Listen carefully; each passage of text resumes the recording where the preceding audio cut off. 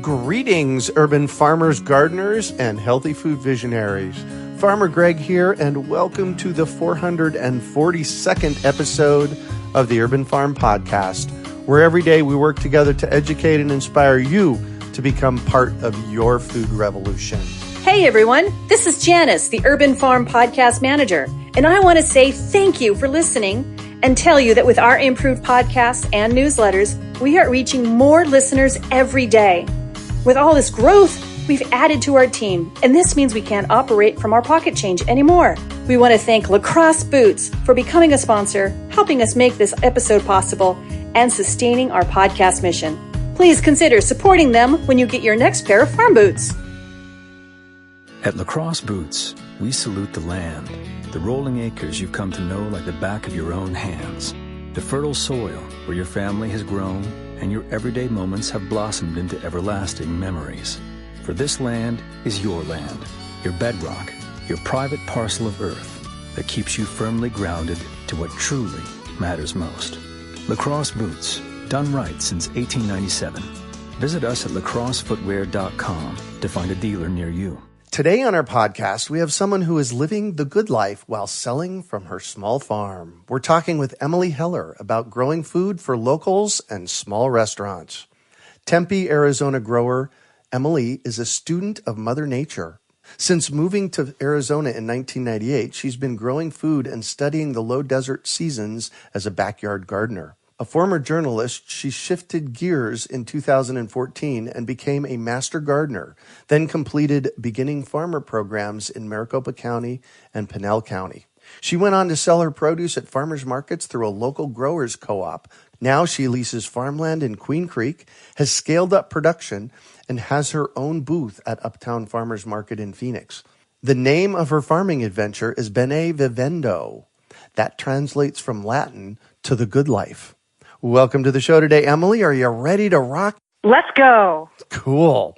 So I shared a bit about you. Can you fill in the blanks for us and share more about the path you took to get where you're at today? Yes, and Greg, thank you so much for having me on your program. It means a lot. You and I have known each other for quite a few years now and had this conversation, but in bits and pieces along the way over the years as what you're doing has developed, same for me, and so now we get to kind of bring it all together and tie it off in a beautiful ribbon. So thanks for this wonderful opportunity. Oh my gosh, absolutely. I have a little bit of growing in my genetic background. There were always gardens, even at grandparents' places, and a bit of a produce packing history and flowers and big fields and things like that. But I never really felt that I was going to be the prodigy. I always just liked researching things and telling people about interesting things, news, background, everything else. So I became a journalist because I was a curious person. And I liked telling people interesting and giving them good information that they could rely on. But that gardener-grower person was always in the background. And when our family moved out here in 1998, it was a very tiny little patch of dirt in the back. It was a little bitty raised bed. And I just started experimenting with things, and it was a lot of fun. I really enjoyed it. And I really got to learn a lot about developing quality soil. And so it was a really tiny little patch, but I got the calendar and I started playing around with things, and it was a learning experience for me. One of the things that has kind of defined how I go about this is that the learning curve is a living, breathing thing for me, and I'm not at all afraid of it. Yeah. And for many people, a gardening experience or growing experience is they see the learning curve as like a mountain of frustration. But for me, it's a joyous thing. And I'm not afraid when, things blow up or things don't go according to expectation. Right.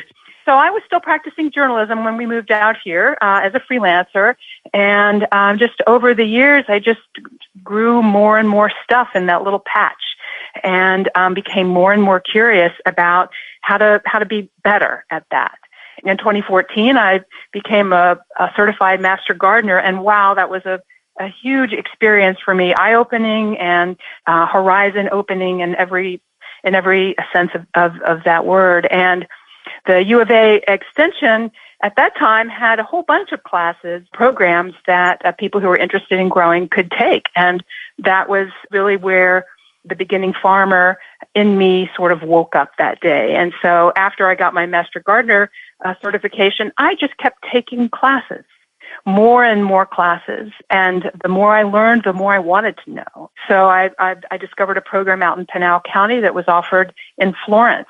And I took that sequence as well. These are not just standalone classes. They usually come in a sequence. Right. And they encompass all kinds of things like, yes, soil and learning about soil fertility and water and proper food handling, as well as kind of the economic side of things and the marketing side of things. And so I just kept taking these programs because I found them to be just infinitely interesting and inspiring. And they were relatively new. There had been, I think, a cohort or two that had come before me that were out there then trying to grow for market. But one of the things that just sort of kind of lit the fuse, if you will, that was just, just felt like it was such a great opportunity for me, is I met Chip Satterland from the Community Exchange organization. Oh, yes. Mm-hmm. And Chip is someone we both know well, and he has created this co-op.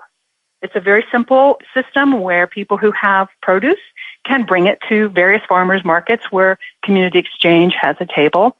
And there's not very formulaic or formal. You just bring your stuff, you sign a small paper, and the co-op collects the money and then sends you 80% of the proceeds of your produce. And Wow. if you want to stand there and sell your produce and meet people, you can, or you can just drop it off and then come back and pick up whatever doesn't sell. Mm-hmm. But to me, this was almost like a kind of a bit of an explosion inside my head because I couldn't wait to meet people.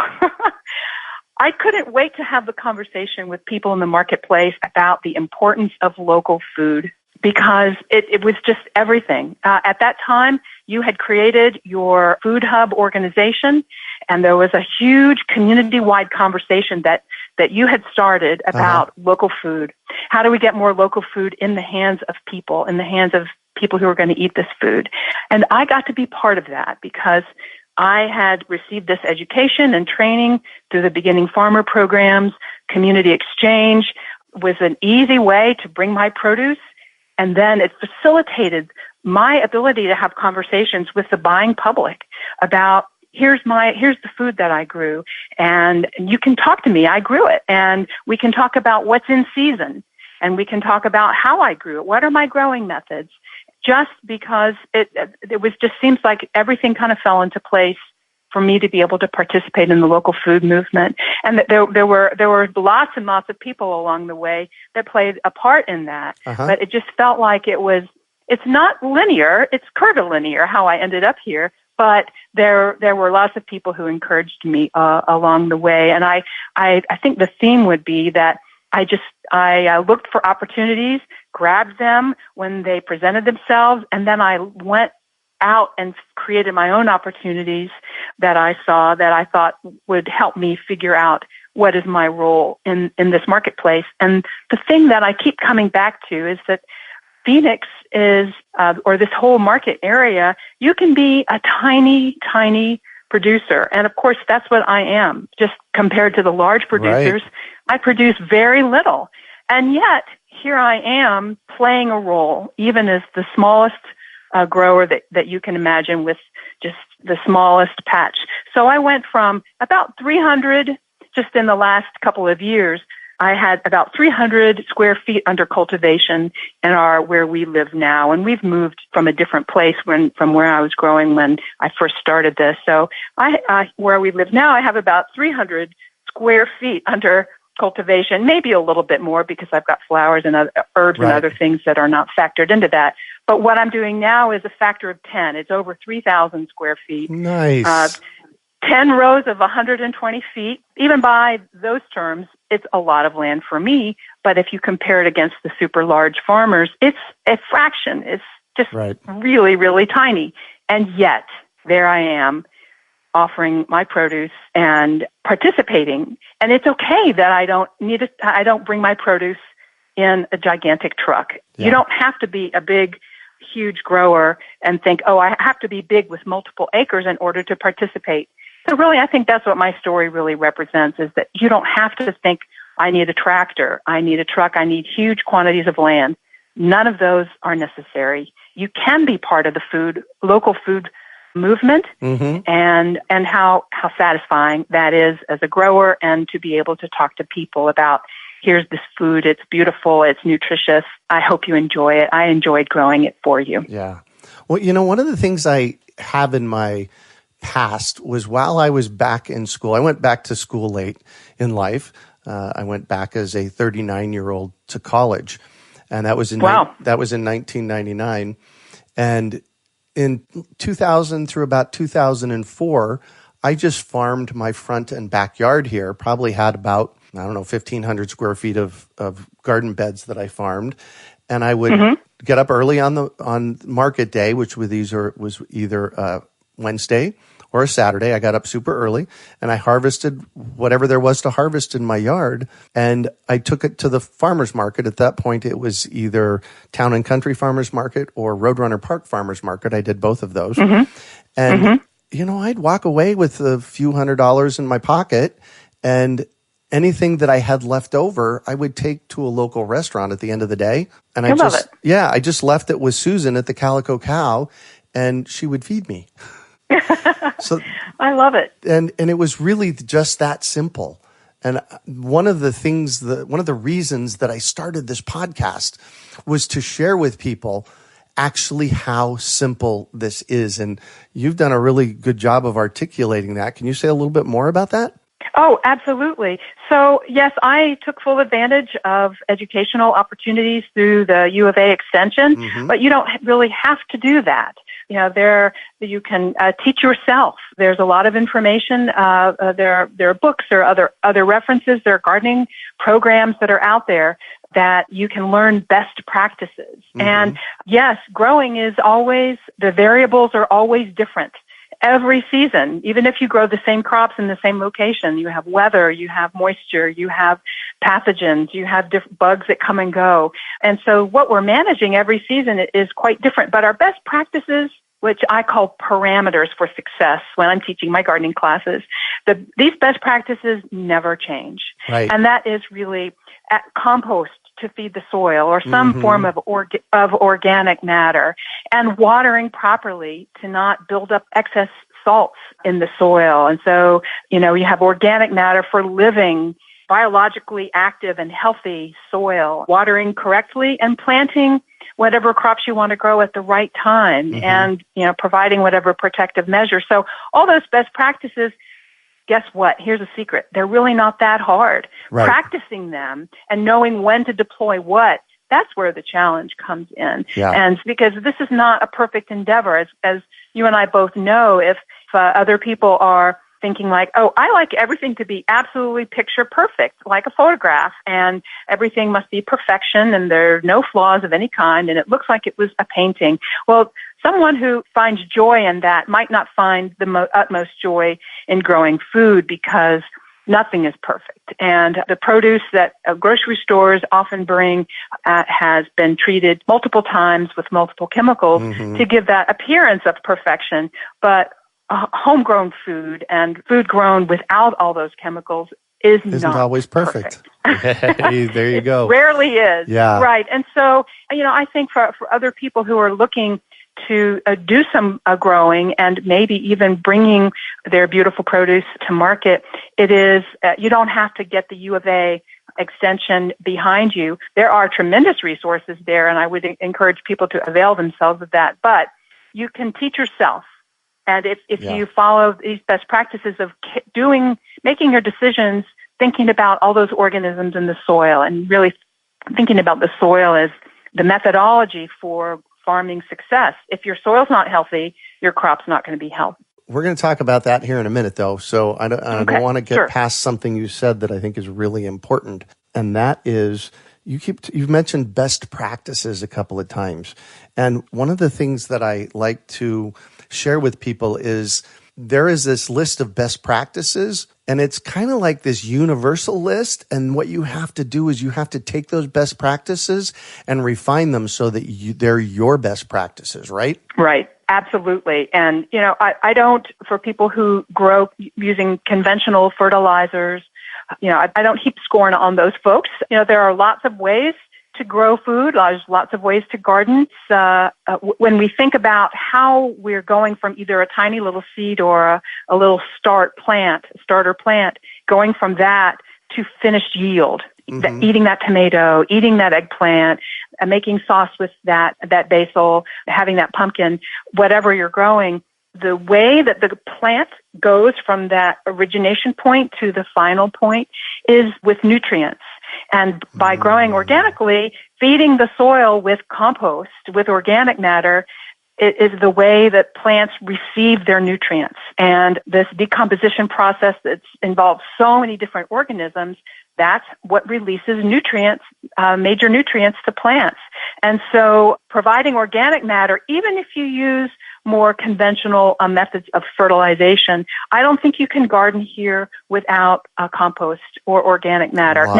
There's an entire different universe of people who do hydroponics and aquaponics, and we're not talking about those lovely people who do amazing work, and it's an art form, and it's highly technical, and we tip our hats to them and blow them kisses all the time. We're talking about growing food in soil, not with water. Yeah. So if you are a dirt farmer, and if soil is your thing, then it is large quantities of compost that need to be applied to your soil every time you plant. This means multiple times a year. I would say the number one thing of best practices is work toward the goal of healthy soil by providing lots of organic matter, and that will help your plants receive the nutrients that they need from all those microorganisms doing their thing deep down in the soil.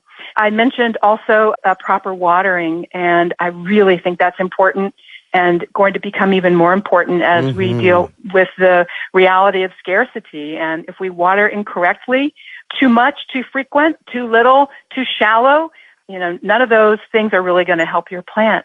So putting water not on the plant, but on the soil where the roots are. And so we shouldn't care so much about what does the top of the soil look like. We should probe the soil, even if you have just one pot growing in your backyard. Probe the soil so you know what's happening, how much moisture there is surrounding the roots of the plant. Yes. So a lot of people assume like the top is dry. That plant needs water. I would say possibly, but maybe not. Get yourself a moisture meter. Yes, or probe with a skewer or a barbecue skewer or something like that. And if you practice it enough, you'll get sensitivity. So you will notice, you'll be able to sense the different resistance of soil that's dry versus soil that holds moisture. Oh, yes. By the way, one of the things that compost does that's absolutely magical is that it helps our soil be balanced between retaining the proper amount of moisture and draining excess moisture. So that's another great thing that helps with porosity and this moisture retention and exclusion, which is so important. That helps us it helps us avoid the overwatering that I think really many, many growers kind of struggle with. So, if you grow in the season, the right crop in the right season, and you use good amount of compost and you water correctly, that is going to help you improve your success from just moderately successful to like, wow, call the neighbors. We need to share this yield. Zucchini. You'll have a zucchini experience with maybe some of your other crops as well, because the plant is getting the nutrients, it's getting water where the roots can absorb it, and it's growing at a time of year when the plant genetically is programmed to do what you want it to do. So give it the conditions, give it the right day length, the hours of sunlight, give it the right temperature. And so I'm really still surprised about people who come to me at market and ask for various things that are so way out of season. People asking for fresh basil in January. And I had this sad look like, oh, I wish I could have that for you in January. And then I go through my little 5-minute story about the seasons in the low desert. Every time that I engage a conversation with someone at market, that it's an opportunity to bring them into the fold of people who not only are interested in local food, but who then can take it one step farther, which is know what the seasons are, know when to expect the various commodities and when they're fresh. And when someone asks me for fresh local basil in January, that's a very important teaching moment. I don't brush them off or scoff or make a face. I use that as an opportunity to talk about the seasons and when things come and go. And the planting calendar I have made into a gigantic poster. It's probably, nice. I don't know, 3 by 4 feet. Oh my gosh, really? So it's huge. And I often will have a smaller version of that with whatever month it is, kind of colored in with a colored pencil. So and I do bring plants to market. So when people are interested in looking at the plants, they can kind of see what the context is of the other things that are appropriate to plant during that season. Right. So I just feel like there are opportunities to support people's interest in not only the produce but the plants, but also if they're interested in growing, then we can kind of give them a little bit of a high five verbally, a little attaboy, like good for you. And for people who are still trying to figure out what's fresh when, then we can kind of bring them into the fold too. I mean, gardening, people oftentimes will feel very judged. Maybe it's a self-critical thing, I'm not sure, but people sometimes will come to me sort of sheepishly and tell me about all the things that they've killed. And I would tell them like, oh honey, I've killed way more things than you. Don't worry about that. That's what I tell people. I say, I promise I've killed much more than you ever have, or probably ever will. Absolutely. Not on purpose, but that's the learning process. It is, and that kind of comes back to like the learning curve is a glorious thing, and not to be afraid of it. Right, exactly. And come on over on the learning curve. Come on over. The weather's fine here. So you've mentioned a couple of times the planting calendar. Are you speaking to the planting calendar that I put out? I think your calendar is probably. I have your calendar as well as the University of Arizona's planting calendar. There are some really strong similarities in those two things. Basically we've got the quote unquote cool season, which begins in September, which is really not very cool yet then, but that's the time frame for a lot of leafy things, lettucey things, the broccoli family, the kale, and beet and root vegetables like beets and carrots and things like that. Yeah. And then we have our quote-unquote warm season, which arrives usually rather abruptly. The transition period is around February and that's the time that we're planting the fruity things like tomatoes and cucumbers, squashes and things like that. Yeah. And then there are what I call the shoulder seasons that are where we have a kind of some transition where Mother Nature gives us a little bit of a preview of what the season is to come. Like when it's so hot still in September, you think, well, the planting calendar says that I can plant my bok choy now, but if we're still having 110 plus in September, good luck with that. Let's wait. Or the mustards that really, and arugula and things like that really do hate the hot weather. And so, the calendar says I can plant, but that's where calendars are these lovely frameworks, they're guidelines, but we really do have to use common sense and know what we have to read the seed packet, read the plant information to know that like if something is heat tolerant, like cilantro is a cool season herb, but it's exquisitely phobic of hot weather. So we want to plant our cool season herb garden and we want to get it going, say in October, that's fine. But if it's still super, super hot in October and you put your little cilantro plant in there, it may send up a help me flag, which is a flower stalk, which is the plant's way of saying, I don't like it here and I think I'm done. I'm not going to try. And so we have to know the calendar, yes, and we have to also with that comes the framework of common sense, where if we have things that are very sensitive to some kind of condition, excessive heat, excessive cold, then we need to wait. We need to pause and wait until the conditions are more favorable. The reason I asked you about the planting calendars is because I really want to touch on that. It's a guideline. So what you need to do is you need to find a planting calendar for your area. And often the cooperative extension will have a planting calendar for your area. I happen to put one together for the low desert at plantingcalendar.org.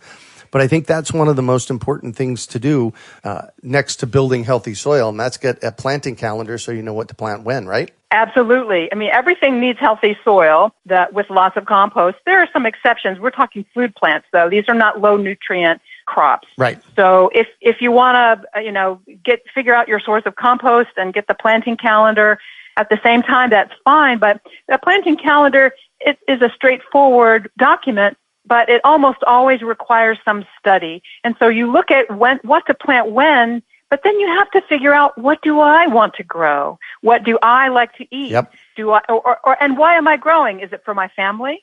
Am I doing a community garden for maybe a school or a scout project? Or am I growing carrots for the church youth group? Or, I mean, who are you growing for? And then, and so there's just sort of a process of a series of questions to ask yourself. Yeah, you need your organic matter. You have to have your planting calendar, but then that requires a little bit of further study and, again, making it yours. Like, okay, I'm going to grow these 4 things. Mm-hmm. How much room do I have to grow? Do I have one raised bed? Do I have one pot?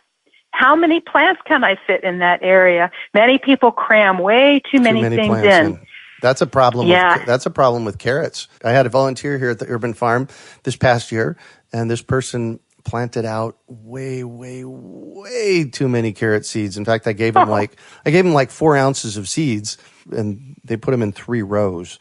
The lesson we learned, and this is a good lesson for me. The lesson I learned is that, we got a lot of great carrot tops, but no carrots down below because there's just not enough space for them. So, you won't get it just won't size up correctly. I mean, you get really little micro carrots, like microgreens. Yeah, exactly. That was all on me because I didn't give that person enough instructions on what to do with it. So, seed packages and plants almost always will have the planting instructions that will tell you how much room to give. Mm-hmm. And yes, we can plant intensively where we're maybe planting 2 things that are sort of adjacent to each other, 2 different crops. Yeah. Well, we would do that when one is going to yield right away and then the other one takes maybe months longer. And so it's not going to take up very much room. And so you get a little bit of that first crop and then the second crop, and they can share sort of close quarters. But if you're trying to grow a bunch of stuff in a small space, then crowding is a really good way of not getting your yield. Exactly. And so crowding would be something to avoid if you can, for sure. There you go. So I'm going to shift on you, and I'd like for you to talk about a time you failed, how you overcame that failure, and what you learned from it. Oh, so many failures. That's how we learn, right? And of course, it doesn't discourage me or frighten me or make me kind of it doesn't really slow me down, because I think that the process of growing food, whether for just yourself or your family or for market, has failure inherent in the process. And yes, we do follow our best practices and we give it our very best shot. But sometimes Mother Nature has some other ideas. She might have a new pest, or a proliferation of a well-known expected pest. Mm-hmm. And, sometimes you do everything correctly. You plant in season, you care for the soil, you plant with the right spacing, you do the right protective measures, maybe some row covering to make a barrier between your crop and all those chewing insects out there, and yet you still have a pest pressure and maybe even crop loss. So, I think that for everything I've grown, I'm always surprised about how many bugs are out there, even if you take protective measures. Right. And so this is how I overcome it. I take a lot of deep breaths and I think to myself, oh, well, quite a bit. And I try to celebrate when the pests, I've been able to keep them at bay and not worry or fret too much when I have pest pressure that's gotten the best of things. So I think patience is how I overcome that. And let me give you an example. So in the fall, at the place where I'm farming now at my friend's farm in Queen Creek, I've planted a whole bunch of different things, but I planted a good amount of beets. I love beets. I think they're beautiful. I think they're incredibly nutritious. And of course, they're very delicious. Oh, yes. So, and I grow from seed, which requires a little bit of extra work because a beet seed is actually a fruit with multiple seeds in it. And so you do have to go in and thin out the plants and I didn't want to have like that experience you talked about with the carrots with too much crowding, because with beets and other root vegetables, you really do need to have a proper size. So they came up and I thinned them out and things were coming along pretty well. And at some point during the fall, some chewing insects arrived, and I still don't know what they were, but the beets started to show some signs of pest pressure, chewed leaves. But you know what? I didn't chop up the crop. I let them be. I was patient, and I kept an eye on things, and sure enough, the little plants kept growing. And sure enough, they grew to a mature size, and sure enough, I got a yield of beets. Oh, nice. So, you know what? Okay, so many people say, I have bugs. Should I pull the plants out and start over? No. Or should I just, what have I done wrong? What am I doing wrong? And so this is how my outlook on this, which is be patient. You can spray with a shot from your garden hose to knock down some chewing insects, things like aphids and maybe white flies that might be kind of sucking some of the sap out of your plants. But when you have chewing insects, things like flea beetles, you squirt a little water and of course they all fly away to go hide somewhere and then come back the second you walk away.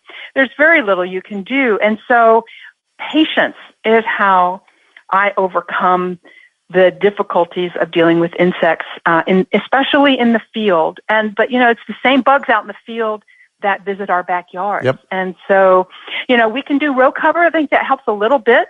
But if you're going to do row cover, then you have to apply it at the same time that you're planting.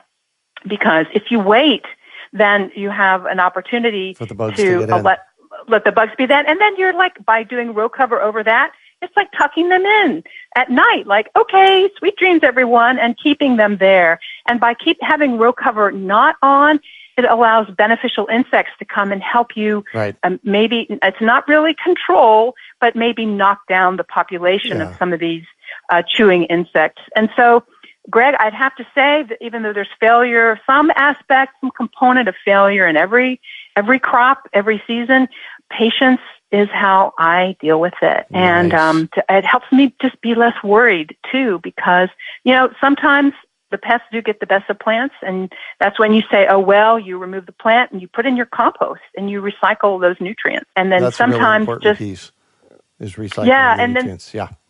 Absolutely. And then sometimes just waiting it out. Seasons, with the change of seasons, comes with oftentimes the change of pests. So pests that might be really seeming like they're infiltrating every aspect of your garden, when the weather changes, they might go away, or they might, the ebb and flow of the seasons means that we can just not worry too much about the insects that might be out there. Sometimes they just sort of go away on their own. So what do you consider your biggest success? Oh, that's a great thing to ask. Being able to just hold a vegetable in my hand and pass it into someone else's hands, someone who is interested and a supporter of local food. So, and then however many times that happens on a given Saturday at Uptown Farmers Market, that is when I have succeeded. But there's another sort of a part B to that, which is I have customers that have found me since my community exchange days, and that's lovely. But I think the thing that I'm proudest of are people who are return customers who didn't know me from before, who just discovered me recently. And so anyone who is interested in local food and is a supporter of a local grower, that's the epitome of success. And so it's the people who already are thinking along those lines, and all those other people who we haven't met yet, who we look forward to having a conversation with them to bring them in. One of the things, and you kind of referred to this a moment ago, or alluded to it a moment ago, that's a better statement about it, and that is consistency of being there. And what I found when I was doing the farmers markets, if I was there every week, I did better. Have you found that that's the case? Well, absolutely. And I really can't miss a week because then continuity is a big part of that. Sometimes even if the market might relocate you a little bit, and then your customers would often say, I couldn't find you. I need to know where you are. So yes, absolutely continuity. And many people will ask me, are you here every week? And my answer to them is absolutely, yes. Unless there's some emergency that keeps me away. So yes, and I like putting my business card in people's hands and offering the ability to connect with them. And I'm not posting my availability every week online or on social media, but I think eventually I might do that. But it's so important. I agree with you. So what drives you? Well, I'm a stubborn person, Greg.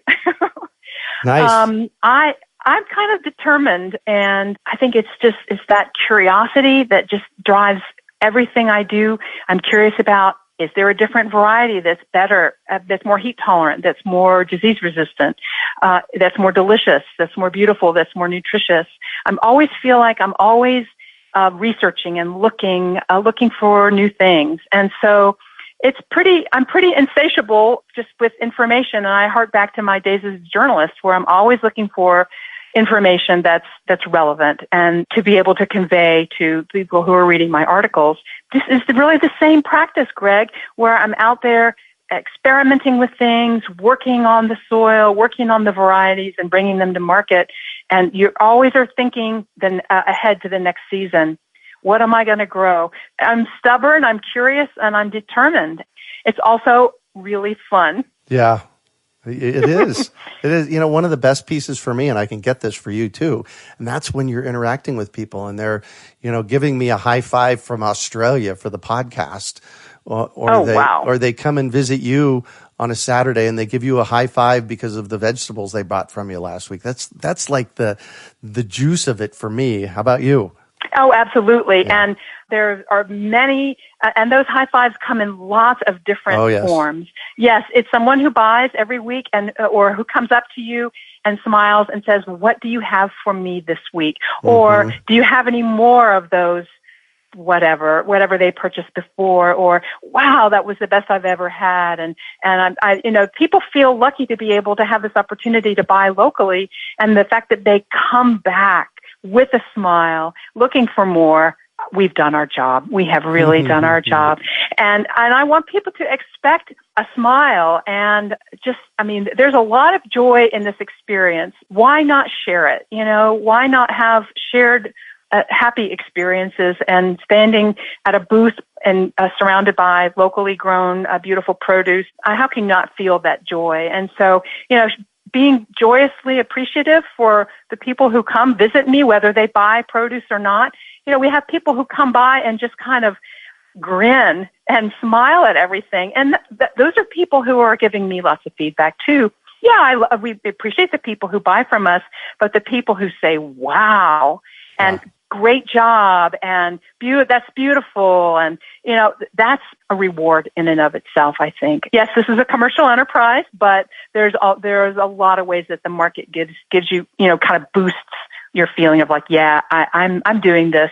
I'm doing this for the right reasons. Right. So if you could recommend one book for our listeners, what would it be and why? There are so many books. My library is huge, but there is a book that helped me kind of turn the corner from backyard gardener to market gardener, to grower for market. And in fact, the book is called The Market Gardener.